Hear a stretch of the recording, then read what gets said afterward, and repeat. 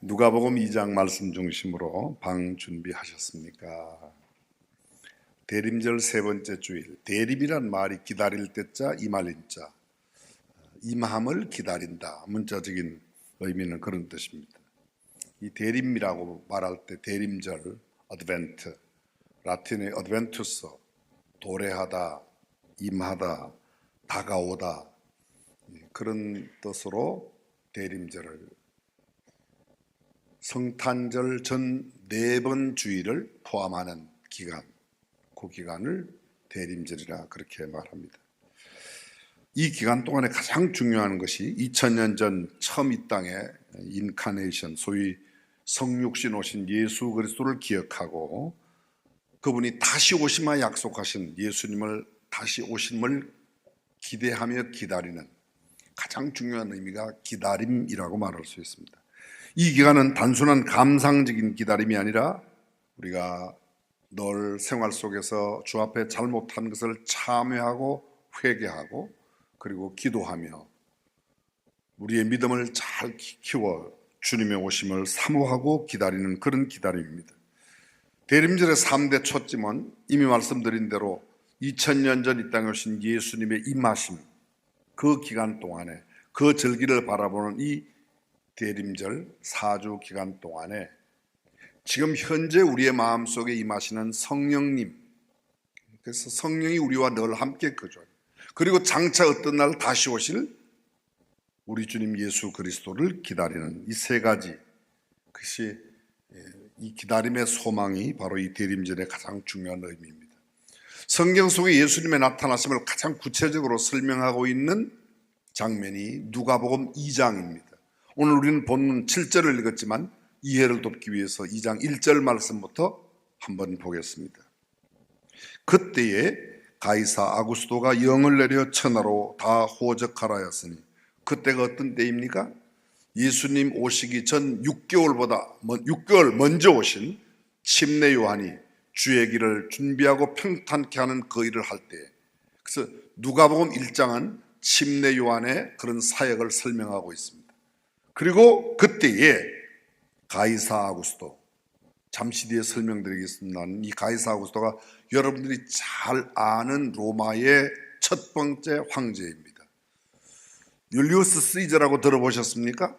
율리우스 시저가 죽고 난 이후에 그의 신하이자 로마의 장군이었던 세 사람이 있었는데 그 중에 로마의 첫 번째 제국, 로마 제국의 황제가 된 사람이 바로 이 가이사 아구스도, 우리는 흔히 세스리아 이렇게 표현하기도 하고 또는 카이사르 이렇게 표현해서 아우구스투스, 잘 기억이 안 나면 여러분 옥타비아누스라고 들어보신 적 있으십니까? 그분이에요. 옥타비아누스가 이게 카이사르 아구스투스, 성경에는 가이사 아구스토라고 되어 있는 이분입니다. 근데 그가 로마의 제국의 첫 번째 황제가 되었습니다.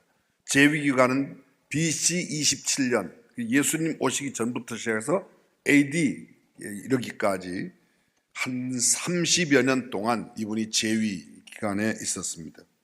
그가 가장 먼저 한 일이 황제에 오르고 난 뒤에 인구조사를 했습니다. 다 호적을 하라고. 그래서 바로 이 말씀이, 그때에 가이사 아구스도가 영을 내려 천하로 로마가 다스리고 있는 모든 나라의 사람들은 세금을 거두기 위해서, 그리고 언제나 전쟁에 동원할 수 있는 인력을 파악하기 위해서 호적을 했던 겁니다. 이 호적은 구레노가 수리아 중독되었을 때 처음 한 것이라고 되어 있습니다. 3절, 모든 사람이 호적하러 각각 고향으로 돌아가며 요셉도 다윗의 집 족속이므로 갈릴리 나사렛 동네에서 유대를 향하여 베들레헴, 갈릴리 나사렛으로부터 이곳 유대 베들레헴까지는 약 140km가 넘는 꽤 긴 그런 길입니다. 만삭한 마리아를 데리고 그곳에 온 것이죠. 5절, 그 약혼한 마리아와 함께 호적하러 올라가니 마리아가 이미 잉태되었더라. 마리아는 요셉으로 말미암아 잉태한 아이가 아닌 성령으로 잉태한 예수님을 이미 태중에 갖고 있었습니다. 거기 있을 그때에 해산할 날이 차서 첫 아들을 낳아 강보로 싸서 구유엔이었으니 이는 여관에 있을 곳이 없음이라. 조금 전에 제가 말씀드렸던 이 가이사 아구스도 소위 옥타비아누스 BC 27년부터 AD 14년까지 걔나 한 30년 가까이 왕위에 있었습니다. 황제 위에. 근데 율리우스 시저가 3명의 충성스러운 신하를 갖고 있었는데 그 중에 하나가 마르쿠스 안토니우스, 들어보셨을 겁니다. 안토니우스. 이 안토니우스가 연애한 여자가 여러분이 잘 아시는 미인 클레오파트라예요. 클레오파트라. 들어는 보셨죠? 얼굴은 못 보셨죠? 예. 근데 클레오파트라고 연애에 빠졌어요. 그래서 동맹을 했습니다. 근데 마크스 안토니우스는 로마 사람이에요. 클레오파트라는요, 이집트의 마지막 파라오인데 성경에 나오는 바로 그게 파라오예요. 근데 마지막 파라오가 누군가 하면 클레오파트라입니다. 클레오파트라가 이 로마의 안토니우스라고 연애를 했어요. 사랑에 빠졌어요. 둘이 동맹을 했습니다. 그리고 율리우스 시제의 또 다른 신하가 누군가 하면 옥타비아누스였습니다. 옥타비아누스하고 이 동맹, 연애하고 있는 이 두 사람이 전쟁을 했습니다. 여러분도 이 전쟁을 잘 아십니다. 악티움 전쟁이라고 세계 해전사에 가장 찬란했던 전쟁 역사가 악티움 해전인데, 그 악티움 해전에서 옥타비아누스가 안토니우스 클레오파트라 이 연합군을 완전히 초토화시킵니다. 그리고 나서 로마의 첫 번째 황제가 되고, 황제가 되면서 인구조사, 호적을 하라는 게 오늘 누가복음 2장 1절의 이야기입니다. 그러고 난 다음에 이렇게 호적을 하라고 해서 저기 멀리 전 지역에 로마에가 다스리고 있는 전 지역에 흩어져 살던 모든 사람들이 자기의 고향에 가서 하는데, 예수님 만삭된 마리아의 뱃속에 있던 예수님을 아는 마리아가 요셉과 함께 나사렛에서부터 베들레헴으로, 예수님은 유다 지파의 사람입니다. 유다 지파의 사람 가운데서 이새의 혈통에서, 이새의 아들 다윗의 혈통에서 예수님이 나는데, 그 이새 다윗이 집이 어디죠? 베들레헴이었습니다. 베들레헴에 호적하러 왔다가 아이를 낳게 되는 겁니다. 근데 실제적으로는 그곳 왔을 때 이미 만삭되어 있는데 가봤더니 다 집집마다 여관의 방이 꽉 찼습니다. 언젠가 여러분에게 소개했던 노룸이라고 하는 그림, 이 베들레헴 여관집이 있는, 여관들이 있는 골목길 맨 마지막 집에서 요셉이 이 집에 방이 있냐고, 네, 그 안에서 들려오는 방 없어요, 노룸이라고 하는 이야기 기억나실 겁니다. 근데 방이 없어. 이제 막 아기가 나오려고 해서 어쩔 수 없이 찾은 곳이 마구간이었고, 마구간에 아기를 낳아서 아이를 뉘을 곳이 없으니까 말 음식통에다가 강보에 싸서 넣었다고 되어 있습니다. 이게 우리가 늘 크리스마스 맞이하면 마구간에 나셨다, 구현이었다 이렇게 찬양하고 노래해서 아무것도 아닌 것 같지만, 당사자인 마리아에게 있어서, 요셉에게 있어서 이 사건은 정말 큰 비극입니다. 어디 몸을 풀 데가 없어서, 어디 아기를 낳을 데가 없어서 마구간에 가서, 어디 아기를 누일 데가 없어서 말 음식통에다가 아이를 누워야만 한가. 정말 낭만이 아닙니다. 이건 정말 비극이고 슬픔이고 아픔이고 괴로움입니다. 여러분, 그 태어난 아기가 누구입니까? 그분이 하나님이세요. 하나님이 이곳에 말씀이 육신이래 우리 가운데 온 우주 만물을 만드신, 요한복음 1장 2절 이하에 보게 되면 온 우주 만물이 그로 말미암지 않고 된 것이 없다. 온 우주 만물의 역사를 만드시고 친히 창조하신 그분 하나님께서, 그분이 육신을 입고 이 땅에 오셨는데, 오늘 성경은 이렇게 말합니다. 그분의 오심은 뭐라고? 온 백성에게 미칠 큰 기쁨의 좋은 소식. 온 백성, 그 온 백성은 인류가 시작할 때로부터 생겨난 모든 민족, 아직도 이 땅에 태어나지도 않은 그 모든 사람들을 다 구원하는 구세주가 오시는 겁니다. 구약에 그렇게도 기다려왔던 메시아가, 그리스도, 그분이 오시는 겁니다. 그리고 큰 기쁨의 좋은 소식, 그 아기, 그럼 큰 기쁨의 좋은 소식을 안고 구세주로 오시는 예수님이 어디에 태어나야 어울립니까? 황실에 오든지 왕실에 오든지 왕궁에 오든지 대통령실에 오든지 아니면 아주 삐까뻔쩍한 5성급, 7성급 호텔에 오든지 뭐 이래야 되는 건 아니겠습니까? 그죠? 근데 방도 아닌 어디요? 마구간에. 어디 담요나 깃털이 있는 곳이 아닙니다. 말죽통에 뉘어 있다는 것이죠. 그 이유를 성경은 이렇게 말하고 있습니다. 7절 처자들을 낳아 강보로 싸서 구유에 말죽통에 구유에 뉘었으니 이는 여관에 있을 곳이 없었기 때문이라고 이야기하고 있습니다. 오늘의 핵심은 마리아가 예수를 낳을 때에 강보에 싸서 구유에 뉘었다는 것과 여관에 있을 곳이 없었다는 겁니다. 강보가 뭐죠? 얼른 제가 또 찾아봤습니다. 그랬더니 보자기 강자에 보자기 보자더라고요. 그게 강보야. 그냥 맨 보자기에 아이를 쌌다. 전통적인 유태인들이나 당시 중동에 살았던 사람들은 이 아이가 적법하게 정당하게 태어났다고 해서 강보에 싼다는 그런 흔적도 있습니다만 어쨌든 무슨 부드러운 천에도 아니고 그렇게 싸서 가축의 먹이통, 소나무 아래 먹이통에다가 아이를 뉘었다는 것이죠.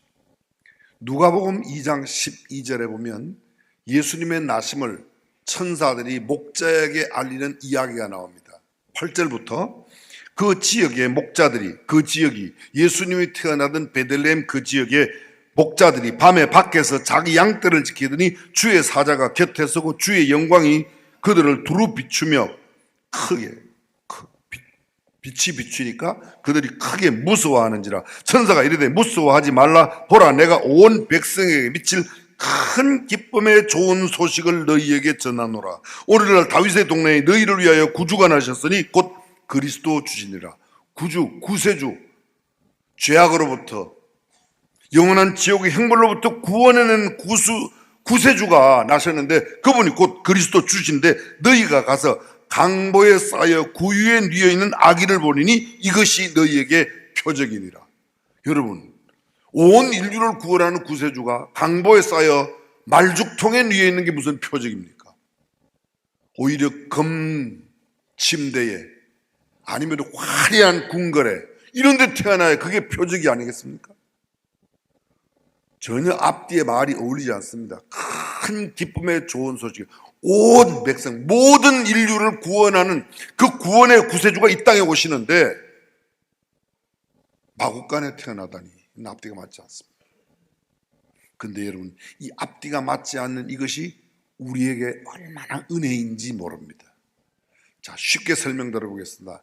만약 황실에 태어났다면, 황실에 예수님이 만왕의 왕으로 만주의 주로 우리를 구원하러 황실에 태어났다면 저와 여러분 가운데 황실에 가서 예수님을 만날 수 있는 사람이 몇 명이나 될까요? 우리나라에도 특급 호텔 5성급 이상 되는 호텔에 가면 하룻밤 호텔 비용이 1,000만 원, 2,000만 원짜리가 있대요. 여러분들은 자주 주무시나 봐요. 놀라시질 않아요. 저는 몇십만 원짜리 호텔에만 가서 자려고 그래도 잠이 잘 안 와요. 왜 이런 데 비싼 데 자야 되지? 그냥 차에서 자고 이걸 알돈으로 주면 내가 라면 사갖고 다른 사람 나눠줄 텐데. 고마워요. 아멘 해주신 분. 근데 그런 아주 고급 호텔, 그런 방에 예수님이 오셨다고 그러면 과연 우리가 가서 그런 방에 가서 만날 수 있나요? 가장 천하게, 가장 낮게 마구간에 오셨기 때문에 내 발바닥에 말똥 묻힐 각오만 하면 누구라도 만날 수 있기에 그것이 우리에게 참된 표적이 되는 줄로 믿습니다. 보라 내가 온 백성에게 미칠 큰 기쁨의 좋은 소식을 너희에게 전하노라. 오늘날 구주가 나셨다. 그가 곧 그리스도 예수이시다. 그가 메시아야. 그가 그렇게도 기다리던 그분이 구주이고 그분이 그리스도고 그분이 메시아고 그분이 만왕의 왕이고 그분이 만주의 주되고 인류의 구세주이다. 그분이 왕궁에 황실에 호텔에 스윗룸에 그렇게 태어나야 그게 어울리는 문장입니다. 근데 오늘 성경은 그렇게 이어가질 않습니다. 마구간에 태어나서 구유에 뉘었고 그것이 표적이라고 이야기하고 있습니다. 여관도 아닙니다. 여인숙도 아닙니다. 웬만한 골방도 뒷방도 아니고 어디예요? 마구간에. 더럽고 추저분하고 지저분한 냄새나는 그곳에. 이것이 표적입니다. 성경의 가장 큰 역설, 예수 그리스도와 관련된 가장 큰 역설은 만왕의 왕이신 그분이 마구간에 태어나셨다는 것보다 더 큰 역설은 없을 겁니다. 지저분하고 냄새나는 그 마구간에서 온 인류를 구원하는 구세주가 나셨다. 갓 태어난 신생아를, 그 산모를 모실 만한 방 하나가 없었습니다. 아니 아무리 그래도 그렇지 어떻게 그 여관집, 많은 여관집, 그 여관집마다 있는 그 많은 방들, 어떻게 아기가 태어나는데 잠시 아기를 분만하는 시간만이라도 방 하나 못 내줍니까? 그날은 없었어요. 어쨌든 잠시 방 하나 빌려줄 사람도 없었습니다. 다들 어쩌면 이렇게 요셉과 마리아를 비난했을는지도 모르겠습니다. 만삭한 임산부를 왜 여기 데리고 와? 미리미리 알고 예약이라도 방을 해놓지 준비성 없이 왜 이렇게 다니냐? 우리도 먼 거리 걸어와서 피곤하다. 우리는 방값 다 내고 이미 들어왔어. 애가 있으니까 천천히 올 수밖에 없죠. 주인도 이야기합니다. 돈 다 받고 이미 방 다 나갔는데 뭘 그 사람들한테. 아니 그러면 자기 방이라도 잠깐 빌려주기라도 하지 그것도 못하는 겁니다. 출산하는 시간만이라도 빌려주지도 못하는 메마른 인간성이 적나라하게 그대로 드러나고 있습니다. 윤리와 도덕, 배려와 이해, 나누고 베풀과 섭리, 그건 전혀 상관없는 모습이 바로 예수님의 출생의 장면에 그대로 적나라하게 다 드러났습니다. 마태복음 2장 1절 이하는 예수님의 나심을 이렇게 이야기합니다. 헤롯 왕 때 예수께서 유대 베들레헴에 나심에 동방으로부터 박사들이 예루살렘에 이르러 말하되 유대인의 왕으로 나시니가 어디 계시냐? 우리가 동방에서 그의 별을 보고 그에게 경배하러 왔노라 하니 헤롯 왕과 온 예루살렘이 듣고 뭐한지라? 소동한지라. 소동이 뭐예요? 예수님이 나셨다는 이 이야기를 동방의 박사들이 전하니까 온 성이 소동만, 난리가 났습니다. 난리가 났습니다. 근데 그 사람들은 난리는 떨었는데, 소동은 일으켰는데, 야단 법석은 떨었는데 예수님을 위한 방은 하나도 준비하지 못했습니다. 예수님께서 이렇게 태어나셨을 때 헤롯 왕과 온 예루살렘은 소동했습니다. 왕이 모든 대제사장과 백성의 서기관들을 모아 그리스도가 어디서 나겠느냐 물으니 이르되 유대 베들레헴이오니 이는 선지자로 이렇게 기록된 바 유대 에브라다야 넌 유대 고을 중에 가장 작지 않아 내게서 한 다스리는 자가 나온다. 이 사람들은 예수님이 어디에 올 거를 기가 막히게 다 알고 있습니다. 요새 말로 말하면 성경 박사예요. 너무너무 잘 알아. 예수님 올 것도 다 압니다. 그런데 예수님이 오신다는 걸 알지만 예수님에 대한 방 준비는 하나도 없었습니다. 아니 뒷방이라도 하나 준비하지, 골방이라도 하나 준비하지, 찬방이라도 하나 준비하지, 방이 없었습니다. 그래서 예수님은 결국 어디로? 마구간으로 내몰려야만 했습니다. 소동은 하였지만 방 준비는 없었습니다. 요란을 때리고 난리법석을 떨었지만 방은 준비하지 않았고 준비하지 못했습니다. 바쁘고 분주했는지 모르겠습니다. 피곤하다고 생각할지 모르겠습니다. 그들의 부도덕성이나 그들의 비인간성, 피폐한 마음과 배려와 사랑 없는 그들의 아주 적나라한 인간적인 아주 추악한 모습이 그대로 다 드러나고 있습니다. 돌봄, 배려, 사랑, 그건 전혀 의미가 없는 삶을 살고 있습니다. 그들이 누구입니까? 대제사장. 오늘날로 말한다면 대형교회 목사, 총회장 목사 뭐 이렇게 말할 수 있나요? 서기관들 누구입니까? 신학교 교수 이런 사람 아니에요? 이 사람들은 구약의 율법에 따르는 제사를 너무도 잘 드린 사람입니다. 제사 예법에 익숙한 사람이야. 오늘날로 말하면 예배에 언제 앉고 언제 일어서고 언제 주기도문하고 언제 다 잘 압니다. 형식도 잘 압니다. 제사 예법도 잘 압니다. 교회 의식과 모든 예식에 대해서 익숙합니다. 누구보다 자랑스럽게 그 일을 행하는 사람들입니다. 그런데 문제는 그들은 예수님을 위한 방은 하나도 준비하지 못했습니다. 흔히 사람들이 이렇게 말합니다. 선도하는 사람, 앞서가는 사람, 영어로 first mover 이렇게 표현해요. 선도자. 치열한 경쟁 사회와 비즈니스 환경에서 first mover는 언제나 신제품을 먼저 발현, 누구보다도 서비스도 앞서가고 비즈니스 모델을 소개하기도 하고 신제품을 만들어 가장 먼저 출시합니다. 그래서 언제나 앞서요. 그래서 그들이 first mover, 가장 먼저 앞서가는 선도자들입니다. 그런 사람, 개인, 그런 기업, 그런 사업체, 그런 회사들이 많이 있습니다. 어떤 경쟁보다도 그들은 우위에 있습니다. 선도적인 지위에 있습니다. 그런데 많은 사람들에게 인지도도 잘 알려졌고 그들의 열심히 해서 거룩한 큰 영향력도 많이 끼치지만 안타깝게도 예수님을 위한 방은 그들의 삶 속에 없습니다. 마리아와 요셉은 어쩌면 만삭한 상태로 그 머나먼 140km가 넘는 나사렛에서부터 베들레헴까지 적어도 일주일은 걸렸을 거예요. 그렇게 걸어서 늦을 수밖에 없습니다. 그러나 여러분, 조금 뒤처졌다고 늦게 도착한다고 너무 좌절하지 마십시오. 실제로 예수님을 가장 가까이, 아니 내 몸 안에 예수님을 모시고 예수님을 모시고 예수님을 몸 안에 두고 있는 마리아를 데려온 사람은 천천히 왔던, 뒤에 왔던, 늦게 왔던 요셉과 마리아였습니다. 꼭 1등만 좋은 게 아니야. 나는 1등 한 번도 못 해봤다. 바로 그런 사람이 어쩌면 요셉과 마리아일지도 모르겠습니다. 천천히 해도 괜찮습니다. 느려도 걱정하지 마십시오. 깨끗한 내 마음의 방이 준비되어 있고 예수님만 모시고 예수님이 함께 하신다면 그 삶이 참된 복인 줄로 믿습니다. 사람들은 너무 욕심에, 세상 욕심에, 여관집 주인들은 너무 돈에 그냥 뻥 갔는지도 모르겠습니다. 이미 투숙되어 있는 사람들은 내가 먼저 왔으니까 당연히 내가 돈 냈으니까 내가 먼저, 나도 피곤해서 나도 쉰다. 네, 여러분, 아무리 피곤하고 힘들어도 만삭한 여인이 그도 똑같이 그 먼 길을 140km가 넘는 그 길을 걸어왔는데 그 여인에게 몸풀 방 하나 잠깐 못 빌려줍니까? 크리스마스라고 사람들이 다 난리예요. 백화점도 난리고 시장도 난리고 교회마다 난리고 우리 교회도 뭐 많은 여러 가지 사역이 행사가 있습니다.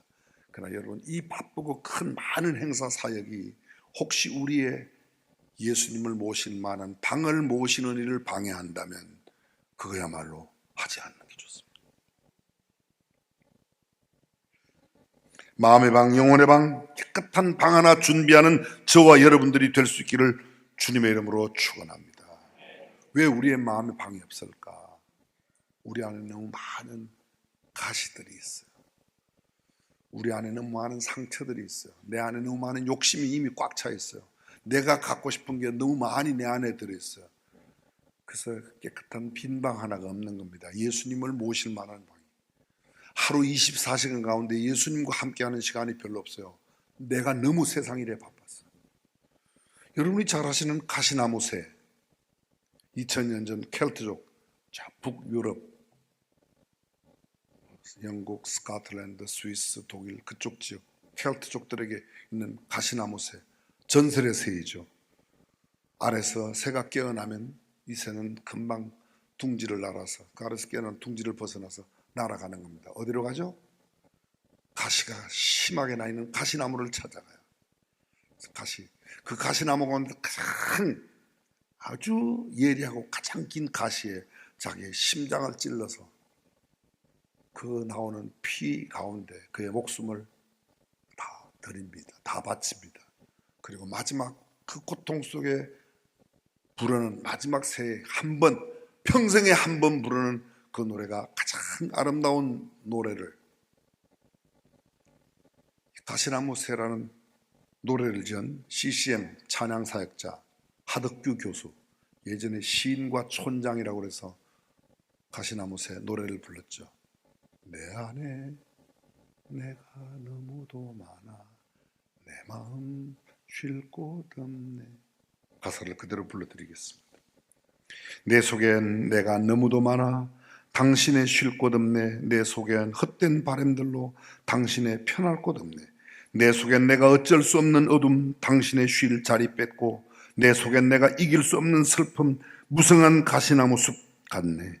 바람만 불면 그 메마른 가지 서로 부대끼며 울어대고 쉴 곳을 찾아 지쳐 날아온 어린 새들도 가시에 찔려 날아가고 바람만 불면 외롭고 또 괴로워 슬픈 노래를 부르던 날이 많았는데 내 속엔 내가 너무도 많아서 당신의 쉴 곳 없네. 내 안에 있는 많은 가시들 때문에 나를 위해 찾아오신 주님이 내 안 들어갈 만한 방이 없어서 결국은 십자가에 자신을 던져 피를 흘리심으로 우리를 구원하신 그 이야기. 하덕규 교수는 지금 현재 백석대학교 교수로 계세요.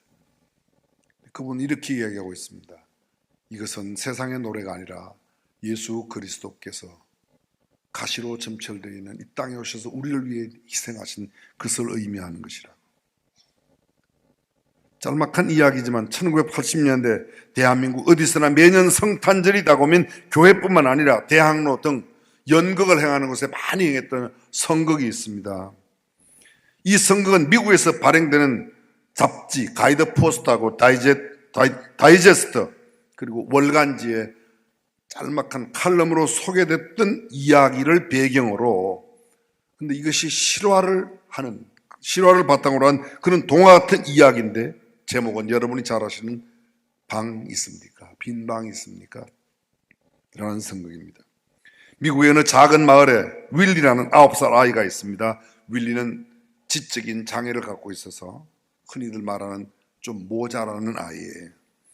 윌리가 살고 있는 마을에 자그마한 교회가 있었습니다. 성탄절을 맞아서 성극을 꾸미는데 그 성극에 나오는 주연들을 정합니다. 너는 마리아, 너는 요셉. 근데 이 윌리에게는 무슨 일을 맡길까? 그래, 너는 여관집 주인을 해라. 여관집 주인은 왜 윌리가 맞는가? 윌리는 딱 한마디 대사밖에 없습니다. 그의 대사는 만삭한 여인을 데리고 방을 찾고 있는 요셉이 이 집 저 집을 찾아갈 때 맨 마지막 여관집 주인으로 윌리가 나와서 방 없어요 한마디만 하면 되는 거예요. 열심히 준비했습니다. 드디어 크리스마스 이브가 되어서 연극이 시작되었습니다. 얼마나 연극이 잘 진행되었는지 모릅니다. 드디어 연극의 클라이맥스 절정에 왔습니다. 요셉이 마지막 여관집에서 문을 두드리며 방 있어요, 방 있어요. 이제는 윌리가 여관집 주인 역할을 해야 할 터인데 아무 말을 안 하는 겁니다. 사람들이 그가 지적 장애인임을 알고 방 없다고 그래, 윌리야 방 없다고 그래. 그래도 가만히 있습니다. 대사를 하지 않는 배우에게 대사를 일러주는 사람을 프롬프트라고 그래요. 텔레비전 뉴스 할 때 보면 그 아나운서들이 막 거침없이 막 하죠. 사실은 그분들이 앞에는 프롬프트라는 다 기사 내용이 쭉 그걸 보고 읽으면 되는데 그 기계도 프롬프트지만 옆에서 이야기해주는 프롬프트가 그냥 화가 났습니다. 그래서 소리죠. 윌리야! 방없다 크게 외쳐! 정신을 번쩍 차리고 방 없어요. 마리아와 요셉이 고개를 떨구면서 돌아서 갑니다. 근데 갑자기 대사에 없는 이야기를 윌리가 하는 겁니다. 요셉님, 마리아님, 우리 여관에는 방이 없는데 제 방이 있어요. 제 방 쓰시겠어요? 제 방 제발 좀 쓰세요. 연극은 다 망쳤습니다. 윌리는 계속 울면서 내 방 쓰셔도 된다고, 내 방 써도 된다고. 그렇게 엉엉 우는 모습 속에 앞에 그 연극을 보러 왔던 그날 이브에 만났던 많은 성도들이 전부 다 손을 들어서 눈물을 훔치면서 다 엉엉 우는 겁니다.